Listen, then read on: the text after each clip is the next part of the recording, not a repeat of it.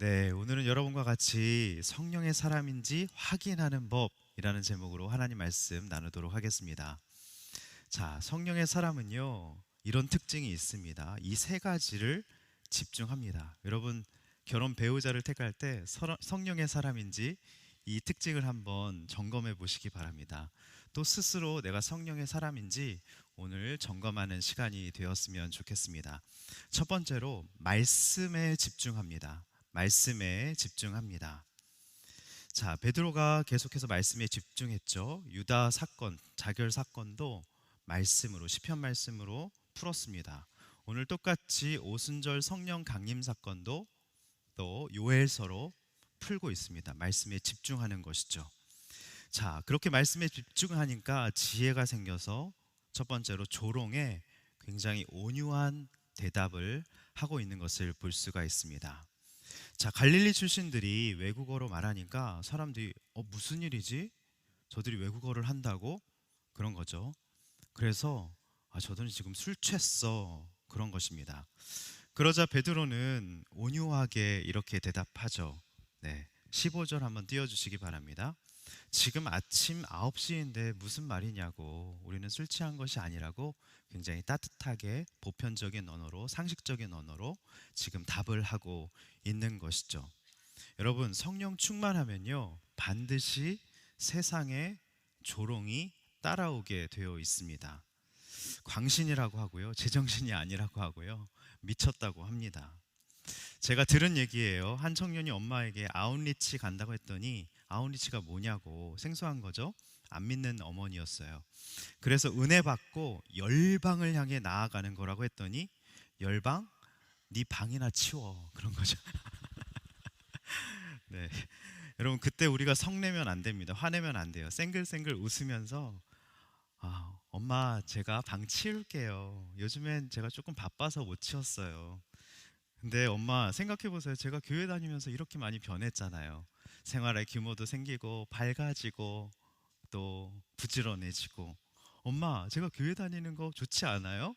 이렇게 온유한 대답을 할 수 있어야 된다는 것이죠. 여러분, 이렇게 인사하겠습니다. 온유하게 답합시다. 자, 말씀에 베드로가 집중하니까 인격이 변합니다. 베드로의 인격이 완전히 달라졌습니다. 어떻게 달라졌습니까? 14절 보겠습니다. 열한 사도와 함께 섭니다. 지금 베드로가 앞에 섰고요, 열한 사도가 뒤에 쫙 쓴 것입니다. 베드로가 어땠죠? 예전에 혼자만 나섰습니다. 꼴불견이었어요. 남들보다 자신이 더 잘할 수 있다는 걸 알리고 싶어서 안달이 난 사람이었습니다. 그런데 지금은 열한 사도의 지지와 응원을 받고 있다는 것이죠. 여러분, 나서는 기질은 바뀌지 않는 것 같아요. 리더십이 있고 나서는 기질은 그대로인데 이제 함께가 된 것입니다. 여러분, 이렇게 지체들에게, 순원들에게, 순장님에게 지지와 응원을 받는 여러분 되셨으면 좋겠습니다. 할렐루야, 아멘. 자, 세 번째로 말씀을 기가 막히게 해석을 합니다. 자, 성령 받은 다혈질 ENFP, 죄송합니다. 베드로가 ENFP였어요.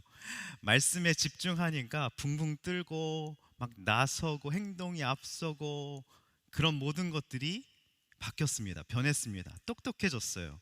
생각하지 않는다는 게 아닙니다. 생각하기 시작했어요. 자, 요엘서로 오순절 성령 사건을 기가 막히게 해석을 합니다. 여러분, 구슬은 서말이어도 깨어야 보배죠. 우리가 성경 말씀을 파편적으로 다 알고 있어도 내가 닥친 이 사건에서 내가 만난 사람, 또 내가 닥친 고난의 상황 앞에서 이건 어떤 의미지? 말씀이 생각나고 성령이 말씀을 생각나게 하신다는 말씀이 있거든요. 그래서 그 말씀을 생각나서 기가 막히게 해석을 베드로가 했다는 것이죠. 여러분들도 이런 능력이 있었으면 좋겠습니다. 말씀을 많이 알아서 지적으로만 뿐만 아니라 어떤 내가 닥친 고난과 상황과 대인관계 속에서 이 말씀은 이런 의미야, 이렇게 해석하는 여러분 실력이 생기시기를 바랍니다. 자, 베드로가 요엘서로 성령 강림을 어떻게 해석했습니까? 17절 한번 띄워주세요. 보니까 성령이 언제 임한다고 합니까? 마지막 날에 임한다고 말씀하고 있습니다. 자, 근데 그날은요, 19절은 또 이렇게 설명하고 있어요. 띄워주세요. 피와 불과 자욱한 연기 같은 심판의 날이라고 말씀하고 있습니다. 또 20절은 이렇게 말씀하고 있어요. 해가 변해 어둠이 되고 달이 변해 피가 되는 날이다. 그날은, 그죠? 이렇게 말씀하고 있습니다. 그런데 참 많은 믿는 분들이 이 말씀을 굉장히 많이 오해합니다. 믿는 우리는 이런 엄청난 날, 크고 두려운 날, 피와 연기와 연기가 자욱한 그런 날, 해가 어두워지고 달이 핏빛처럼 변하는 그 날을 우리는 안 겪는다고 생각을 합니다. 여러분, 아닙니다. 똑같이 겪는데 한쪽은 구원이고 한쪽은 심판이라는 뜻입니다. 생각해 보십시오. 여러분, 출애굽 때 10가지 재앙 때 이스라엘 백성도 똑같이 피, 개구리, 이 모든 흑암 재앙, 장자 재앙 똑같이 임했지만 거기서 바로는 심판을 당했고, 그 크고 두려운 날, 피와 연기가 자욱한, 해가 어두워지고, 흑암 재앙이 그거잖아요. 달이 어두워진 핏빛처럼 변하는 그 재앙 가운데 이스라엘 백성들은 구원을 받았다는 것이죠. 빌립보 감옥의 간수를 여러분 생각해 보십시오. 피와 불과 연기와도 같은 사건이 찾아왔죠. 지진이 났습니다. 감옥의 착고가 풀렸어요. 로마 군인이 착고가 풀려서 죄수들이 달아나면 그 자리로 즉결 심판이 이루어지게 됩니다. 자기가 쌓아왔던 모든 커리어가 와르르 무너지는 것이죠. 우리 요즘의 세상을 보면 자기가 쌓은 모든 커리어가, 명성이 수치스러운 일로 드러나게 되면 참 우리가 많은 사람들이 그런 선택을 하지 않습니까? 이 빌립보 간수도 똑같았습니다. 그죠?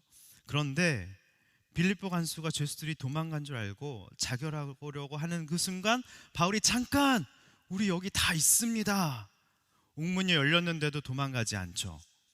죽으려는 자신을 오히려 안타깝게 여기면서 사랑으로 보살피고 우리 다 여기 있으니 걱정하지 말라고 그를 감싸줍니다. 간수가 이 사람은 뭐지? 밤새도록 찬양하고 기도하고 이들은 뭔가 달라 하면서 경외감과 두려움을 느낀 겁니다. 그래서 이렇게 묻죠. 어떻게 해야 구원을 받겠습니까? 바울이 이렇게 얘기하죠. 주 예수를 믿으라. 그리하면 너와 내 집이 구원을 얻으리라. 여러분 인생에 피와 불과 연기가 가득한 날이 찾아오셨습니까? 내 인생이 끝장난 것 같으십니까? 실직하셨습니까? 사업이 망했습니까? 실현당하셨습니까? 주님은 그것이 끝이 아니라 오늘 구원이 시작되는 그 여명이라고 말씀하고 있는 것이죠. 여러분, 그때 우리가 해야 될 것은 주의 이름을 부르는 것입니다. 그래야 구원을 이스라엘 백성들처럼 출애굽 재앙 때 살아난 것처럼 우리가 구원을 얻게 되고 살아난다는 것이죠. 여러분, 저를 잘 보십시오. 저도 실직의 끝에서 완전 내 인생 끝났다고 생각하는 피와 불과 연기의 사건 속에서 제가 그때 주의 이름을 불렀고 새로운 시작이 저에게 펼쳐졌었습니다. 자, 그럼 성령이 임하면 어떤 일이 일어나는가? 17절 한번 띄워주시기 바랍니다. 17절 다 아는 말씀이죠. 자녀들은 죄송합니다. 자녀들은 예언하고 청년들은 환상을 보고 나이 든 사람은 꿈을 꾼다고 말씀하고 있습니다. 여러분, 예언을 굉장히 오해하시는데요. 예언은요, 맡길 예자의 말씀 언자입니다. 네, 그 설교예요. 말씀을 말하는 거. 여러분, 순에서 순장님들도 말씀을 이렇게 풀어서 설명해 주는 것이 예언인 것이죠. 자, 요번에 이제 고3 첫째 딸이 자기 열심으로 하루는 미친 듯이 공부하고 또 하루는 보상 심리로 손을 놓아버리니까 업다운이 심했다고 나눴습니다. 수학학원 다니면서 만난 친구들 중에 믿지 않은 어릴 적 교회 다닌 좋은 추억을 얘기하는데 자기는 사역자 부모님이라면서 잘하면서도 비판적이었다고, 이제 그것을 회개한 것이죠. 정말 중2부터 한 고1까지는요, 아침에 큐티 하면요, 그렇게 대적을 할 수가 없어요. 근데 성령 받으니까 변하더라고요. 집에 와서 조곤조곤 자기가 받은 은혜와 말씀들을 얘기하는데, 그게 바로 예언인 것이죠. 자녀들은 예언할 것이다. 여러분, 어렵게 생각하지 마십시오. 환상은요, 무엇입니까? 소명, 콜링 받는다는 것입니다. 우리 인생에 분명한 목적이 생긴다는 것이죠. 잠언 말씀에 묵시가 없으면, 비전이 없으면, 히브리어로 하존이거든요. 보여지는 게 없으면, 목적이 없으면 우리 모든 청년들의 인생은 방자해지고 일이 표류하는 바람의 물결과도 같다고 말씀하고 있는 것이죠. 자, 나이 들면 어떤가요? 쓸모없음에 괴로워합니다. 나는 이제 쓸모 없어졌어 하면서 특별한 즐거움도 없고 맛있는 것도 없고 가고 싶은 것도 없고 꿈이 사라집니다. 그런데 여러분, 갈렙 보십시오. 이 산지를 내게 주소서. 헤브론 산지를 그 늙은 나이에 점령을 합니다. 여러분, 저희 아버지 이제 칠순을 하시고 70이 넘으셨는데요, 너무 행복해 하세요. 꿈에 부풀어 계십니다. 자기의 여러 가지 재료로 순원들을 살리고 계시고 간증하시면서, 네, 그렇게 행복하게 사시더라고요. 그리고 두 분이서 이제 못다한 여행을 한 65세부터 얼마나 두 분이서 강원도 대게 먹은 사진도 저한테 이제 카톡으로 보내주시는데, 얼마나 행복하고 즐겁고 두 분이서 알콩달콩 재밌게 사시는지 모릅니다. 이렇게 성령 받으면 달라진다는 것이죠. 자, 첫 번째 적용 질문 드리겠습니다. 여러분, 말씀에 집중하고 계십니까? 성령 충만은 말씀 충만입니다. 말씀을 집중하는 것이죠. 말씀에 집중하게 되면 베드로처럼 조롱에 온유로 답하게 되고요, 인격의 변화가 나타나고, 예전엔 나대는 거 좋아하고 혼자 나서고 자기가 스포트라이트 받는 거 좋아했는데, 같이 열한 사도와 함께 서서 지지와 응원을 받게 된다는 것이죠. 그리고 말씀으로 모든 상황과 사람과 모든 고난을 해석을 합니다. 피와 불과 연기와 같은 마지막 같은 그 사건에서 주님의 이름을 부르는 자는요, 구원을 얻게 됩니다. 여러분, 그 끝난 것 같은, 내 인생 끝장인 것 같은 그 상황에서 주님을 부르기만 하면요, 저 보십시오, 새로 시작할 수 있고 주님이 완전히 새로운 피조물로 거듭나게 하시고 새로운 길을 여신다는 것이죠. 여러분, 예언, 환상, 꿈이 있으셔야 됩니다. 네. 자, 두 번째로 보겠습니다. 성령의 사람은 첫 번째 말씀에 집중하고요, 두 번째는 예수에 집중을 합니다. 예수에 집중을 합니다. 여러분, 성령은 예수의 영입니다. 성령이 임하면요, 반드시 예수의 십자가와 부활을 증거하게 되어 있습니다. 자, 성령 충만한 베드로는 이제 예수를 증거하기 시작합니다. 자, 그런데 22절을 보니까 굉장히 놀라운 사실을 발견할 수 있어요. 그 놀라운 예수, 그죠? 하나님의 아들인 우리의 주인 되신 예수를 나사렛 예수라고 처음부터 굉장히 초라한 나사렛 예수라고 소개를 하고 있습니다. 왜 그럴까요? 나다나엘이라는 사람은요, 나사렛에서 무슨 선한 게 날 수 있겠냐고 나사렛 촌동네를 굉장히 무시했습니다. 나사렛은 히브리어로 넷제르라는 싹이라는 뜻입니다. 순, 이렇게 올라오는 새싹을 뜻하는 뜻이에요. 그러니까 나사렛은요, 촌동네 싹, 뭔가 느껴지는 게 있으시죠? 한마디로 굉장히 약하고 보잘것없고 초라한 것을 뜻하는 것입니다. 그런데 놀라운 말씀이 나와요. 이사야서 11장 1절 2절을 한번 보십시오. 개역개정으로 보면 이새의 줄기에서, 그죠? 한 싹이 나서, 다윗의 후손에서 한 싹이 나서 지혜와 총명과 모략의 영이, 여호와의 영이 강림한다고 말씀하고 있습니다. 싹에, 그 초라하고 미약한 초라한 싹에 여호와의 영이 임하니까 22절에 나온 거죠. 22절 한번 보십시오. 띄워주십시오. 초라하고 약하고 미약하지만 능력과 기사와 표적이 나타나기 시작한다는 것이죠. 예수님의 삶과 증언 속에서. 여러분, 능력은요, 디나미스입니다. 헬라어로. 여기서 다이나마이트가 파생이 됐어요. 폭발적인 능력이 예수에게 그 능력이 나타났다는 것이죠. 그리고 기사는 무엇입니까? 원더스입니다. 놀라운 일. 예수가 이 땅에 오셔서 놀라운 일을 행하셨죠. 그리고 표적은 무엇입니까? 헬라어로 세메이온이에요. 이렇게 사인, 영어로는 가리키다. 예수님은 하나님을 가리키는 하나님의 아들이셨죠. 여러분, 하나님은요 자신의 엄청난 능력을 나타내고자 일부러 보잘것없고 초라한 그 싹 촌동네, 그 연약한 우리를 택하셨다는 놀라운 의미가 여기 담겨져 있다는 것이죠. 근데 그 약함은요 여호와의 영이 임해야, 성령과 만나야 강력해지고 표적과 기사와 이 놀라운 일, 능력이 나타난다는 것이죠. 지난주에 한 청년 집에 지체들과 신방을 갔습니다. 제 보잘것없는 가족사에 하나님이 어떻게 성령이 임해서 어떤 역사와 능력과 표적과 기사가 있었는지, 놀라운 일이 있었는지 제가 그냥 조금 더 디테일하게 그 지체에게 나눔을 했습니다. 그래서 지체가 위로를 받는 것 같았습니다.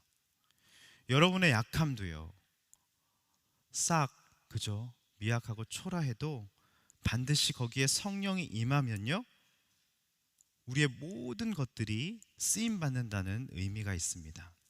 자, 그런데 볼게요. 그런 엄청난 능력과 기사와 표적 행한 예수님을 하나님이 어떻게 하셨습니까? 23절에 뭐라고 말씀하고 있죠? 하나님이 그렇게 능력과 기사와 표적을 행한 그 대단한 예수님으로 하나님의 아들로 짠하고 이 땅에 소개했으면 예수님 좀 인정받고 칭찬받고 왕으로 등극하셔야 되는 거 아닙니까? 그죠? 우리의 인생도 마찬가지죠.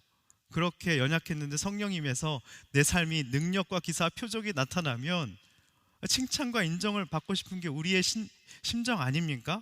근데 뭐라고 말씀하고 있습니까? 23절에 충격적인 말씀이 나오고 있어요. 정하신 뜻을 따라 23절을 보겠습니다.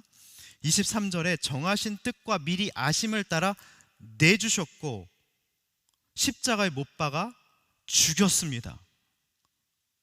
충격적이죠. 여러분, 인생의 목적은요 잘 죽는 것입니다. 공부도 잘 죽기 위해서 하는 거예요. 누군가에게 걸음이 되어서 그 사람에게 생명력을 주고 그 사람을 살리기 위해서, 공부해서 남주기 위해서 하는 것입니다. 결혼도 순장도 잘 죽기 위해서 하는 것입니다. 목사님 또 뚱딴지 같은 소리 하는데 무슨 결혼을 죽기 위해서 하는 거냐. 여러분 살아보십시오. 우리 멘토님들 다 귀에 계시는데 잘 죽는 만큼 부활이 임하고 생명이 임하고 행복이 임한다는 것이죠. 자, 그리고 나서 베드로는 구약의 다윗을 끌어오고 있는데요. 그 다음에 잘 죽으면 어떤 일이 일어나는가, 제가 이걸 빼먹었습니다. 자, 24절을 한번 읽어보겠습니다. 24절을 보면 그러나 하나님께서는 죽음의 고통에서 풀어 그분을 살리셨습니다. 왜냐하면 그분은 죽음에 사로잡혀 있을 수 없었기 때문입니다.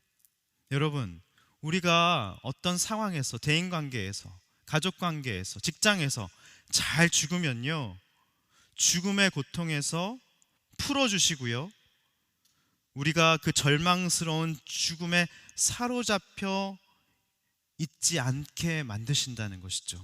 놀랍죠. 여러분, 이 예수님의 십자가와 부활을 여러분 삶에서 반드시 체험하셨으면 좋겠습니다.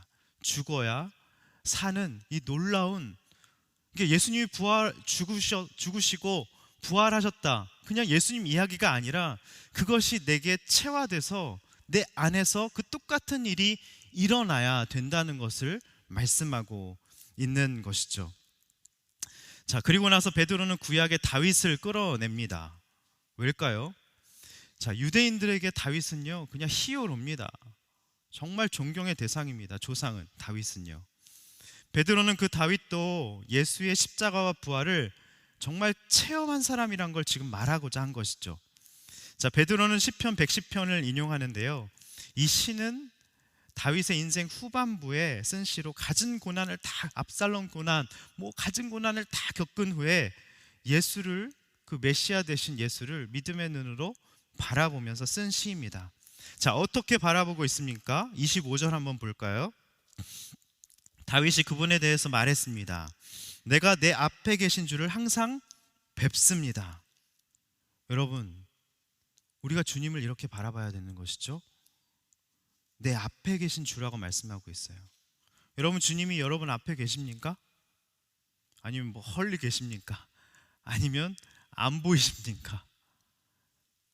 다윗처럼 산전수전을 다 겪고 고난을 통해서 그 메시아 되신 주님을, 지금 주님을 내 앞에 모셨다라고 고백하고 있는 것이죠. 자, 주께서 여러분 오른편에 계심으로 흔들리지 않으십니까? 이렇게 이제 않는다고 말씀하고 있어요. 25절을 보겠습니다. 주께서 내 오른편에 계심으로 내가 흔들리지 않습니다. 우리도 똑같이 이렇게 고백해야 돼요. 주님이 내 옆에 계시니까 저는 흔들리지 않습니다. 이렇게 고백해야 된다는 것이죠. 그리고 26절을 보십시오. 지금 다윗이 마음이 기뻐하고 있습니다. 입술은 즐거워하고 있습니다. 여러분, 마음 기쁘십니까? 여러분, 입술에서 어떤 말이 나오고 계십니까? 즐거워하는 말들이 나오고 계십니까?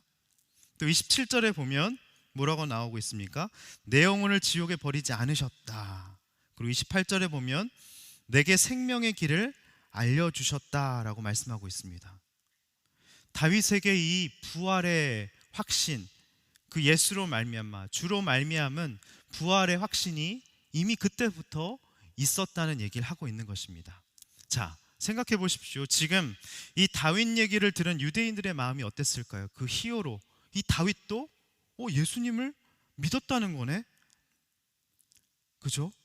유대인들도 나도 다윗처럼 믿어야겠다는, 그 베드로의 설교를 듣고 있는 사람들도 나도 다윗처럼 그렇게 예수님을 믿어야겠다는 마음이 들기 시작했다는 것이죠. 자, 우리도 그렇잖아요. 우리 주변에 흔들리지 않는 믿음으로 환난 중에도 기뻐하고 입술에서 늘 감사가 흘러나오고 피와 불과 연기 같은 사건이 와도 말씀으로 너무 잘 해석을 해내고, 그죠? 또 이렇게 수치와 조롱을 당해도 온유한 말로 대답을 하고, 베드로처럼 이렇게 차원이 다른 인격을 가지고, 또 옛날엔 정말 내가 보기에 저 선배, 저 순장, 저 멘토님 정말 싹처럼 미약하고 초라했는데 어떻게 이렇게 표적과 기사와 능력이 나타나는 너무나도 기가 막힌 인생이 되었지? 나도 저렇게 되고 싶어. 지금 유대인들이 똑같이 그 마음이 들기 시작했다는 것입니다. 여러분, 우리도 오늘 이렇게 질문해야 됩니다. 그런 순장과 믿음의 선배들을 보면서, 주님, 제가 저 선배와 순장을 보니까 참 대단한 것 같아요. 주님, 저는 어떻게 하면 이 피와 불과 연기 가운데 이 사건 속에서 어떻게 구원을 받을 수 있겠습니까? 어떻게 제가 살아야겠습니까? 질문을 던져야 되는 것이죠. 자, 그런데 그때 갑자기 베드로가 충격적인 이야기를 합니다. 충격적인 이야기를 하고 있어요. 36절 한번 읽어보겠습니다. 36절 다 같이 한번 읽어보겠습니다. 시작. 그러므로 이스라엘 모든 집은 확실하게 알아두십시오. 여러분들이 십자가에 못 박은 이 예수를 하나님께서 주와 그리스도가 되게 하셨습니다. 여러분, 우리는 그리스도 예수를 믿으면서도요, 내가 바로 그 예수님을 그 현장에서 못 박은 장본인이라는 생각을 하지 않습니다. 난 아니라고 여깁니다. 여러분, 다윗도 보십시오. 그랬습니다. 나는 죄인 아니고 나는 그런 사람 아니라고 생각했습니다. 밧세바 불륜을 행하고 우리아를 죽이고, 그죠? 양심에 화인 맞아서 1년 동안 회개하지 않았습니다. 여러분 모르셨죠? 바로 회개한 것이 아니에요. 1년 후에 나단 선지자가 찾아와서 비유를 들어주면서 들으니까 정말 나쁜 놈이에요. 거기 비유에 나온 사람이 막 분하면서 뭐라고 했냐면, 그 사람은 내가 마땅히 죽일 것이다, 심판받아야 된다. 근데 나단이 뭐라고 했죠? 당신이 그 사람이다. 당신이 그 사람이다. 그제서야 엄청난 충격을 받고 회개하기 시작합니다. 그게 나였구나. 그게 나였구나. 여러분, 우리는 예수님을 십자가에 못 박은 장본인이 나라고 생각을 안 합니다. 죄를 짓고 하나님 마음을 아프게 하고 쾌락과 중독과 음란과 거짓과 위선과 내 마음대로 살면서도 그건 나와 동떨어진 일이라고 생각합니다. 무감각해진 채 죄를 죄로 여기지 않고 문둥병자처럼 썩어 문드러져서 그렇게 난 아니야, 그런 사람 아니야 라고 생각한다는 것이죠. 왜 그럴까요? 생각을 해봤습니다. 여러분, 우리가 왜 그럴까요? 우리는 나의 그 죄된 그 실체, 너무 더럽고 추악한 그것을 직면하는 것이 너무너무 아프기 때문입니다. 제가 그랬어요. 가족의 문제 속에서 그것을 있는 모습 그대로 액면 그대로 받아들이면 제가 너무 아플 것 같고 수치스럽고 감당이 안 되겠는 겁니다. 비겁하게 목사인데 저희 어머니는 저에게 도와달라고 SOS를 치고 기도 부탁을 했지만 저는 무시했습니다. 그리고 도피해서 유학으로 합리화하면서 명분 좋게 그렇게 유학을 가려고 했던 것이죠. 외면했습니다. 모든 건 가족 때문이라고. 오직 교육자로서 내가 어떻게 보일까, 그거에만 전전긍긍을 했습니다. 여러분, 우리는 자꾸 가짜 나를 만들어서 자꾸 감춥니다. 현실을 받아들이지 않고 도피하고 난 아니야, 저 사람이 그런 거지, 군병이 죽인 거고 로마인들이 죽인 거야, 난 아니야, 이렇게 생각합니다. 그러면서 나의 죄와 거짓과 위선과 중독과 수치를 회피를 합니다. 맥스 루케이도가 이렇게 말했습니다. 그분의 손과 나무 십자가 사이에는 길게 적힌 목록이 있다. 나의 죄가 담긴 목록, 거짓, 위선, 중독, 음란, 작년에 한 치명적인 실수, 지난주 쾌락에 빠져 보낸 시간, 온 천지가 다 볼 수 있는 대낮에 그곳에 당신의 죄 목록이 만천하에 공개되고 드러나게 됐다. 그런데 그 목록 윗부분은 그분의 손에 가려졌고 아래 적힌 죄들은 그분의 피에 덮였다. 나의 죄를 끝까지 가리고자 그분은 주목을 움켜쥐지 않으셨다. 예수님은 죄의 값이 사망임을 아셨다. 내가 없는 영혼을 생각할 수 없기에 그분은 못을 택하셨다. 여러분, 그들이 못을 박은 것이 아니라 내가 못 박은 것이죠. 여러분, 이 자각이 회개로 이어지는 것입니다. 37절 보겠습니다. 37절 다 같이 한번 읽어보도록 하겠습니다. 시작. 그러자 그들이 듣고 마음이 질려 베드로와 다른 사도들에게 형제들이여 우리가 무엇을 해야 합니까? 하고 물었습니다. 자, 여기서 우리는 회개의 과정, 프로세스를 볼 수 있습니다. 이렇게만 하면 우리가 성령을 선물로 받습니다. 약속입니다. 그렇게 하면 이렇게 될 거야. 분명히 말씀에 나오고 있습니다. 자, 첫 번째는 들음이죠. 오늘 여러분 제가 하는 설교를 듣고 있습니다. 베드로가 한 설교를 제가 해석해서 또 성령의 충만함으로 말씀을 전하고 있습니다. 예언을 하고 있습니다. 여러분 듣고 계시죠? 두 가지 반응이 있을 겁니다. 아, 또 목사님 더 똑같은 얘기 하시네. 아, 졸리다. 그게 나랑 뭔 상관이야. 그 로마 군병이 죽인 거지 내가 무슨 예수님을 죽였다 그래? 이렇게 들을 수도 있고요. 진짜 듣고 내가 주님을 죽였습니다. 내가 주님을 못 박았습니다. 이렇게 생각할 수도 있는 것이죠. 저도 수많은 말씀을 듣고 주변에서 이스민 목사가 회개해야 한다고 했지만 내가 들을 얘기는 아니라고 이 강팍해져 있으니까 이게 안 들리더라고요. 자, 두 번째는 찔림입니다. 자, 찔린다는 헬라어는요, 말 뒷발굽으로 말이 뒷발질로 내 가슴을 차다라는 뜻이 있습니다. 여러분, 말 뒷발질에 가슴이 차이면요 죽습니다. 가슴이 찢어지고요. 얼마나 큰 고통이 찾아오는지 모릅니다. 성경에 상하고 통회하다의 통회가 아플 통입니다. 여러분, 회개할 때 아프지 않으면요 회개가 아닙니다. 왜요? 내가 이것밖에 안 되는 존재구나. 실체를 보니까 너무 아픈 겁니다. 내가 주님을 사랑한다고 했지만, 목회를 한다고 했지만 이게 다 위선이었구나. 내 실체를 보니까 너무 아픈 겁니다. 그래서 밧세바 범죄를 범하고 우리아를 죽인 다음에 다윗이 시편에서 주님, 제 눈물이 침대를 둥둥 띄웁니다. 요를 적십니다.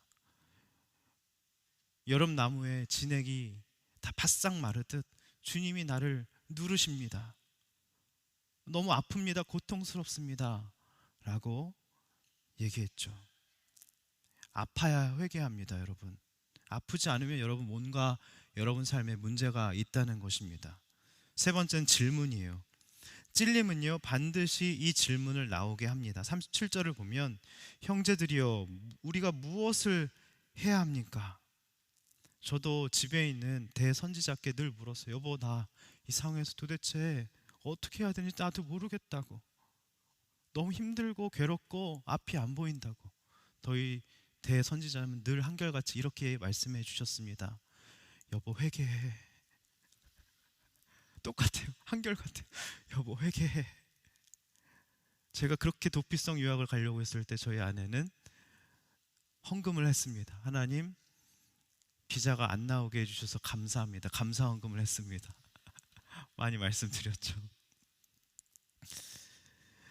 자, 여러분, 회개도 내가 하는 게 아니더라고요. 회개의 영이 임해야 아픔이 임하고 내가 문둥병자구나 깨닫게 되고 들리게 되고, 이게 나에게 주시는 말씀이구나, 오늘 내가 못 박았구나, 그 말씀이 들리게 되는 것입니다.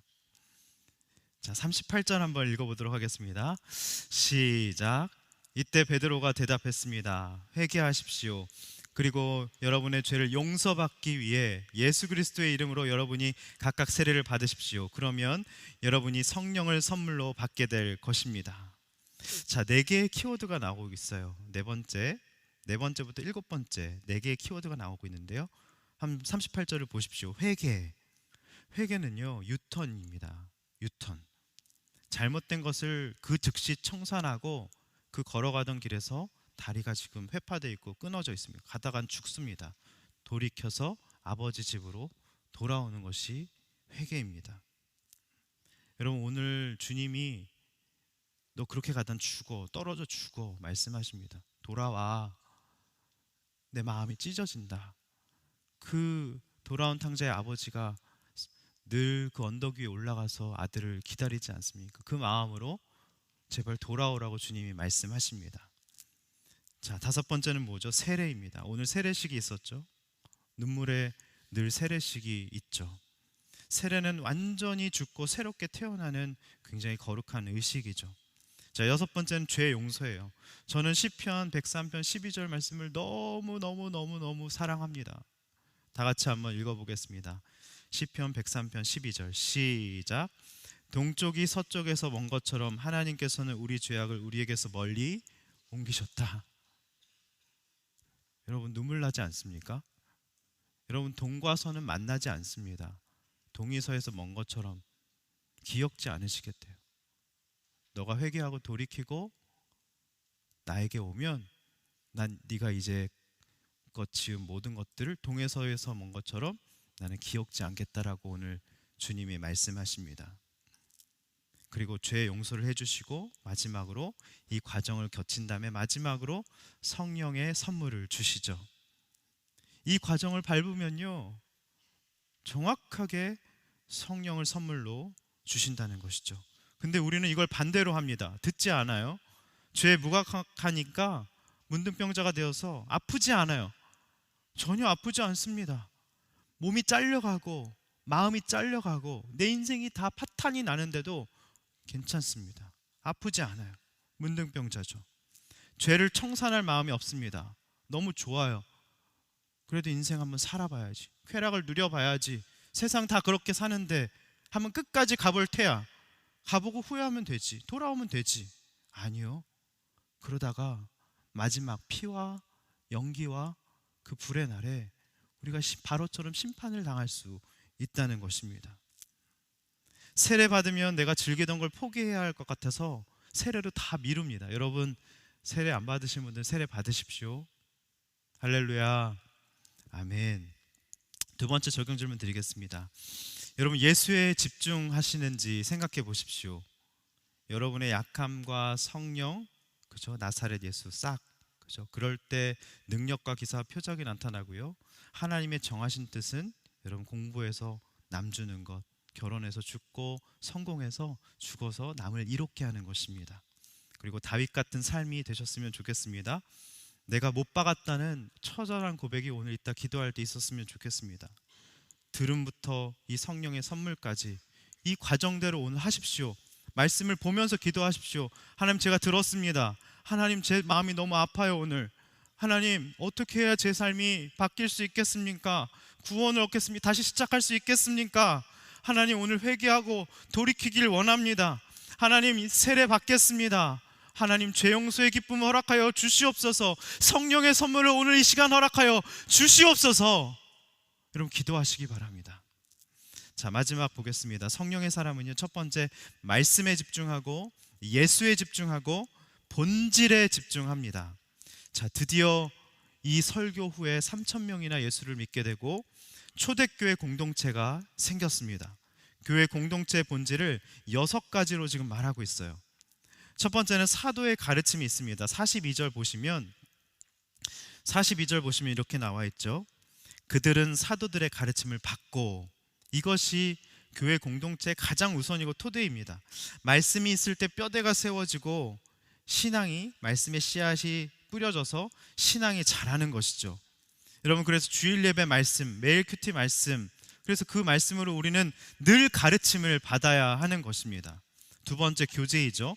42절에 또 나오고 있습니다. 교제하며, 펠로우십이죠. 헬라어는 코이노니아입니다. 여러분, 이 찬양 다 아시죠? 사랑의 주님이 날 사랑하시네, 내 모습 이대로 삼으셨네. 사랑의 주님이 날 사랑하듯이 나도 널 사랑하며 섬기리. 여러분, 사랑받아야 사랑을 줄 수 있습니다. 여러분, 사랑받는 게 충분하지 않다고 여기면요, 순장 안 하시는 게 맞습니다. 충분히 사랑받아야, 그게 뭔지 알아야 사랑을 주고 교제할 수 있고 사귐을 할 수 있다는 것이죠. 감싸주고 참아주고 안아주고 이해하고 용서하고 화해할 수 있는 것입니다. 그런데 우리가 순모임을 하다 보면, 나 사람에게 질렸어, 순 안 나올 거야, 다른 사람과 교제하지 않으려는 사람이 분명히 있죠. 왜일까요? 주님의 사랑을 아직 몰라서 그렇습니다. 여러분, 그렇다면 그 순원을 향해서 순장님들 상처받았다고 순 안 나오겠다고 하면, 우리 순원이 참 연약하구나, 들어달라는 하소연이구나, 이렇게 받아들이시면 되는 것이죠. 자, 세 번째, 빵을 뗐습니다. 42절에 또 나와 있죠. 자, 제가 성찬할 때 어떻게 하죠? 빵을 떼죠. 이건 예수 그리스도의 몸이 찢기시고 우리를 위해서 몸이 다 갈기갈기 찢기시고 창이 찔리시고 그것을 의미하는 것이죠. 이것은 너희를 위한 나의 몸이다. 찢긴 나의 몸이다.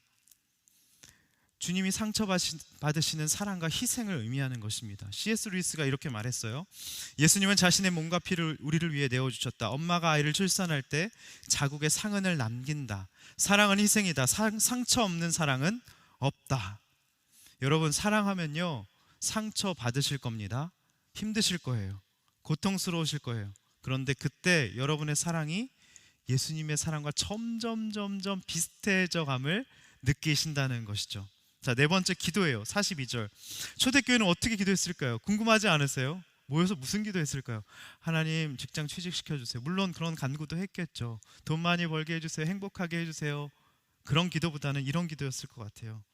정말 많은 우리 믿는 자들이 핍박당하고 죽어가고 있습니다. 저들을 살려주시옵소서.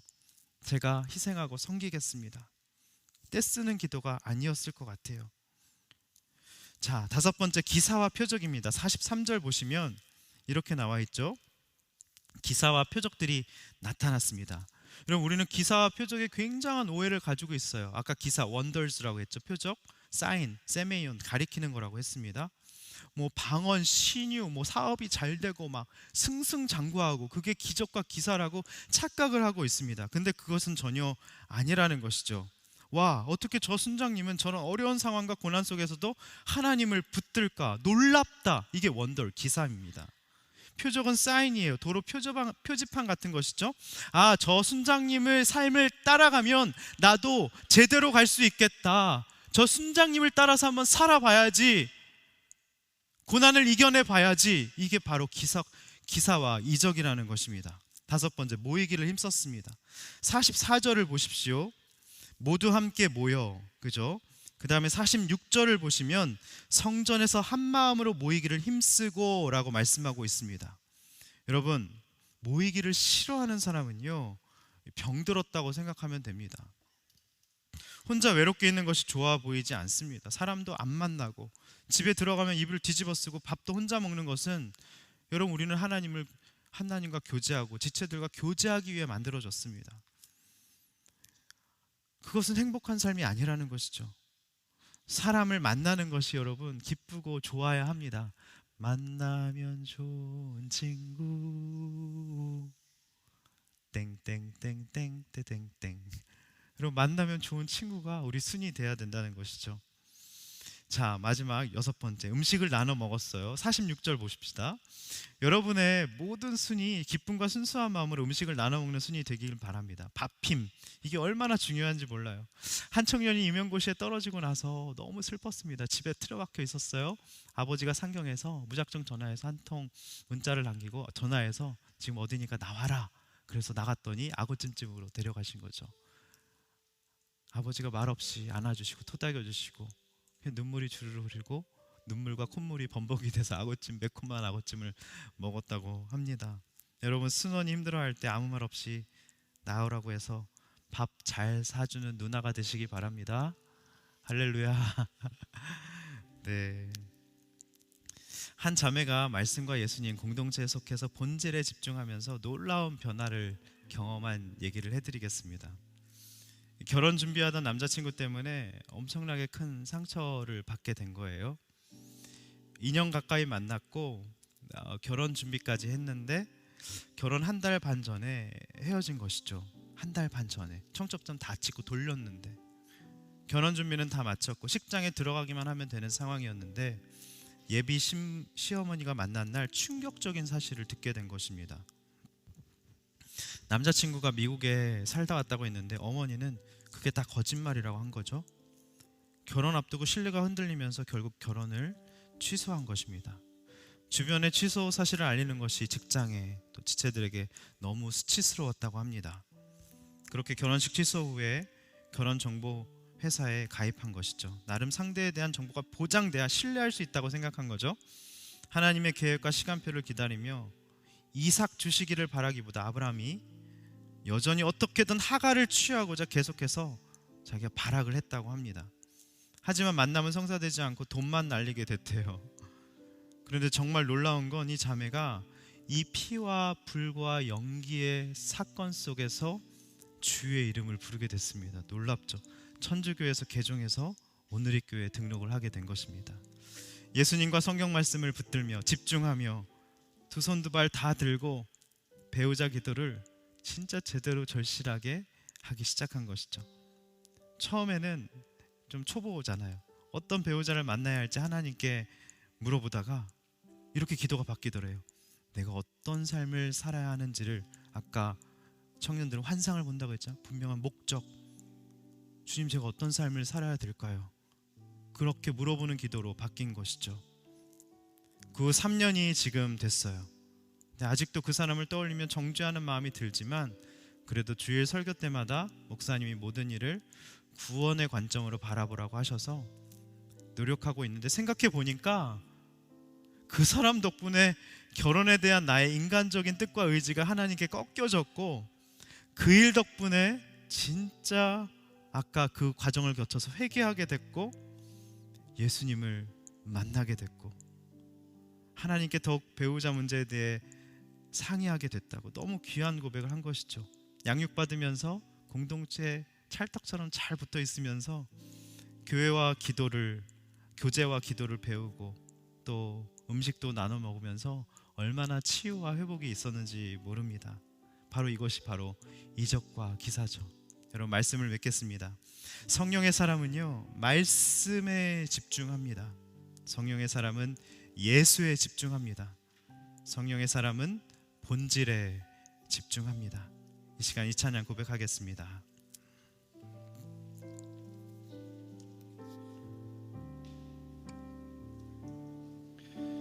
주 앞에 나와 제사를 드리네. 마음 열어 내 삶 드리네. 마음 열어 내 삶을 드리네. 주를 봅니다.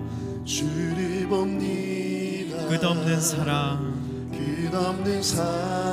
나 회복시키네. 이제 눈들어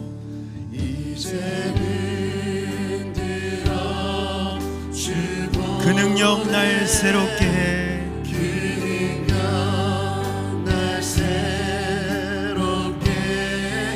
주님의 사랑 날 만지시니 내 모든 두려움 사라지네. 폭풍 속에 우리 불 좀 다 꺼주시기 바랍니다. 믿음으로 주와 건네 주와 건네 갈보리 언덕 넘어 주 안에 온전케 되리. 눈들어 주 보내. 이제 눈들어 주 보. 그 능력으로 날 새롭게 주님의 사랑 날 만지시니 사랑 날 만지시니 내 모든 두려움 사라지네. 폭풍 속에도 주 붙들고 믿음으로 주와 걷겠습니다.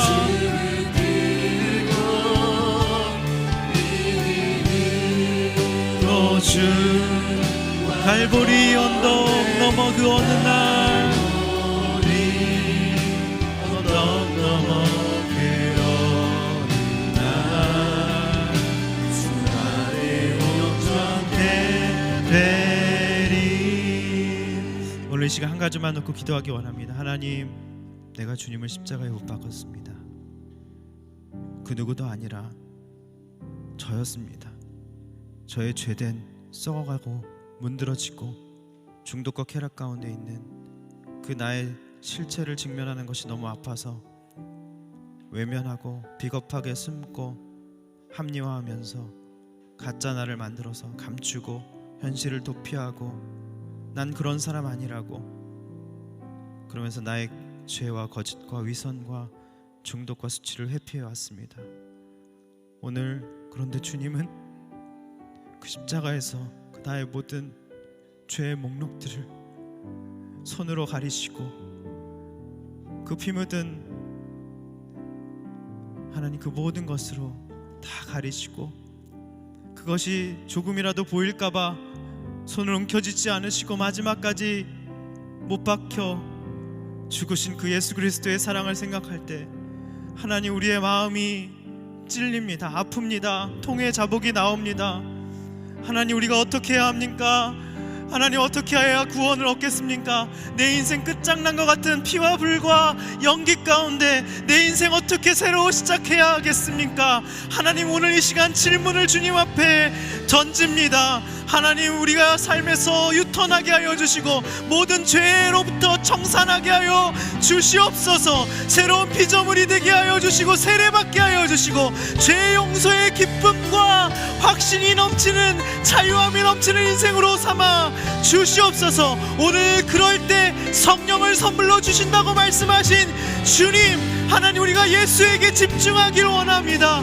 하나님 아버지, 말씀에 집중하길 원합니다. 본질에 집중하는 인생이 되어서 하나님 아버지, 그렇게 주님께 쓰임받고 주님께 기쁨이라는 인생 될 수 있도록 인도하여 주시옵소서. 다 같이 회개하며 주여 세 번 부르고 기도하겠습니다. 주여, 주여, 주여.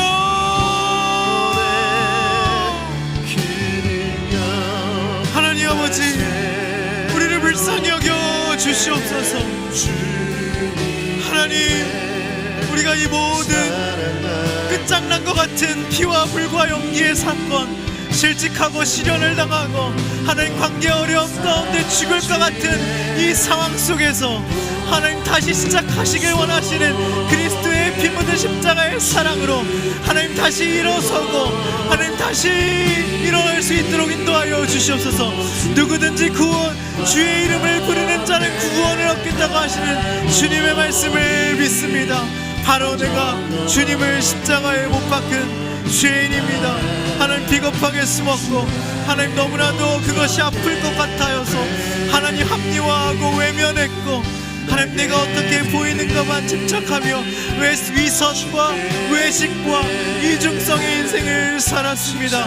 현실을 도피하고 나는 아니라고 하며 나의 죄와 거짓과 위선과 중독과 수치를 회피하였습니다. 하나님, 나의 모든 죄의 목록들을 그 십자가에서 다 가리시고 하나님 피 묻은 손으로 하나님 그 위의 목록들을 가리시고 마지막까지 손을 움켜쥐지 않으시고 하나님 내가 부끄러울까봐, 내가 수치스러울까봐 하나님 나에게 영원한 생명을 주시고자 하나님 십자가에 못 박이신 예수 그리스도의 사랑, 하나님 피 묻은 십자가의 사랑 찢기시고 하나님 피 묻은 하나님 처참하게 하나님 창으로 찔리시고 하신 면류관을 쓰시고 하나님 손과 발에 못 박히신 그리스도 예수의 사랑, 하나님 그 사랑이 우리를 하나님 돌이키게 하여 주시옵소서. 하나님의 회개를 촉구하신 말씀이 들리게 하여 주시고 하나님 우리의 마음 가운이 아프게 하여 주시옵소서. 내가 이것밖에 안 되는 존재였구나, 나의 실체를 보며 아파하게 하여 주시옵소서. 상한 것 통회하는 심령으로 주님 앞에 나아가게 하여 주시옵소서. 하나님, 내가 주님 앞에 질문을 던집니다. 내가 새로워지고 싶습니다. 어떻게 하면 구원을 얻을 수 있겠습니까? 하나님, 우리 가운데 회개하고 돌이키고 하나님 세례받고 하나님 죄 용서의 사죄의 확신과 하나님 그 자유함을 우리 가운데 허락하여 주시옵소서. 동이서에서 본 것처럼 하나님 우리의 죄악을 하나님 기억지 않으시는 주님의 사랑을 하나님 우리가 기억합니다. 하나님 우리 가운데 성령의 선물을 주시옵소서. 하나님 놀라운 성령의 선물을 허락하여 주시옵소서. 하나님, 우리가 본질에 집중하게 하여 주시고 공동체에 잘 붙어서 망을 떼며 교제하며 기도하며 기사와 표적을 배우며 모이기를 힘쓰며 음식을 나눠먹는 하나님 그런 아름다운 공동체 될 수 있도록 주님 역사하여 주시고 주님 인도하여 주시옵소서. 주님 우리를 붙들어 주시고 인도하여 주시옵소서. 주님 회개의 영이 임하게 하여 주시고 회개의 영이 임하게 하여 주시옵소서. 회개케 하여 주시고 주님 앞에 결단이 있는 하나님 귀한 시간 될 수 있도록 주님 역사하여 주시고 주님 인도하여 주시고 하나님, 우리의 인생 마지막 같은 피와 불과 연기와 같은 사건 속에서 하나님 끝장난 것 같이 그 힘든 그 사건 속에서 누구든지 주의 이름을 부르는 자는 구원 얻는다는 그 말씀을 우리가 붙잡습니다. 하나님, 우리가 말씀에 집중할 수 있도록 인도하여 주시고 하나님, 내가 주님을 못 박은 장본인이라는 것을 하나님 오늘 고백했습니다. 주님, 그 모든 나의 수치의 죄의 목록들을 하나님 그 손으로 가리시고 피로 덮으셔서 내가 부끄러울까봐 나의 모든 수치를 덮으시고 마지막까지 그 손을 움키지 않으신 그 주님의 사랑을 생각해 봅니다. 주님, 우리가 오늘 말씀을 들었습니다. 마음이 찔림이 있습니다. 아프고 통곡이 됩니다. 나의 모든 죄와 거짓과 위선과 중독과 합리화와 내가 너무 아플 것 같아서 비겁하게 숨었고, 주님, 나의 모든 것들을 외면하며 내가 어떻게 보이는가만 집착한 인생임을 이 시간 고백합니다. 주님, 우리를 불쌍히 여겨 주시옵소서. 우리의 죄를 동에서 서에서 먼 것처럼 기억지 않으 하신다는 주님의 말씀을 우리가 믿습니다. 오늘 그렇게 고백한 모든 사랑하는 청년들마다 성령의 선물을 허락하여 주시옵소서. 기쁨이 넘치게 하여 주시고 사죄의 확신과 자유함이 넘치는 인생 될 수 있도록 주님 축복하여 주시옵소서. 우리 사랑하는 여호수아 공동체가 하나님 본질에 집중하게 하여 주시고, 사도의 가르침과 교제와 빵을 떼며 기도하며 기사와 표적이 나타나며 모이기를 힘쓰며 음식을 나눠 먹으며, 하나님, 그래서 날마다 구원받는 자가 더하는 하나님이 기뻐하시는 공동체 될 수 있도록 주님 역사하여 주시옵소서. 모든 영광을 주님 앞에 올려드리며 감사드리오며 예수님의 이름으로 기도드립니다. 아멘. 우리 다 같이 일어나셔서 봉헌으로 나아가시겠습니다.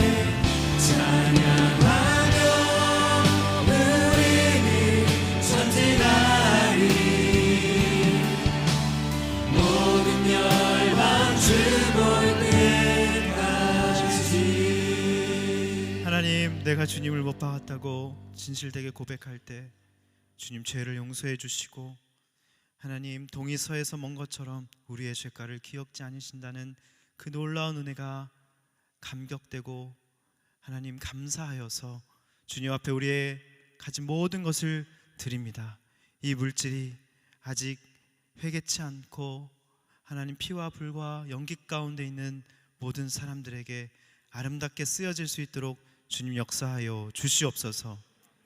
지금 우리 주 예수 그리스도의 은혜와 하나님의 무한하신 사랑과 성령님의 위로 감화 교통하심이 이제 말씀에 집중하고 예수에 집중하고 본질에 집중하기로 다짐하고 나아가길 원하는 사랑하는 모든 청년들과 선교사님들 위해 지금부터 영원토록 함께 하시기를 간절히 축원하옵나이다. 아멘.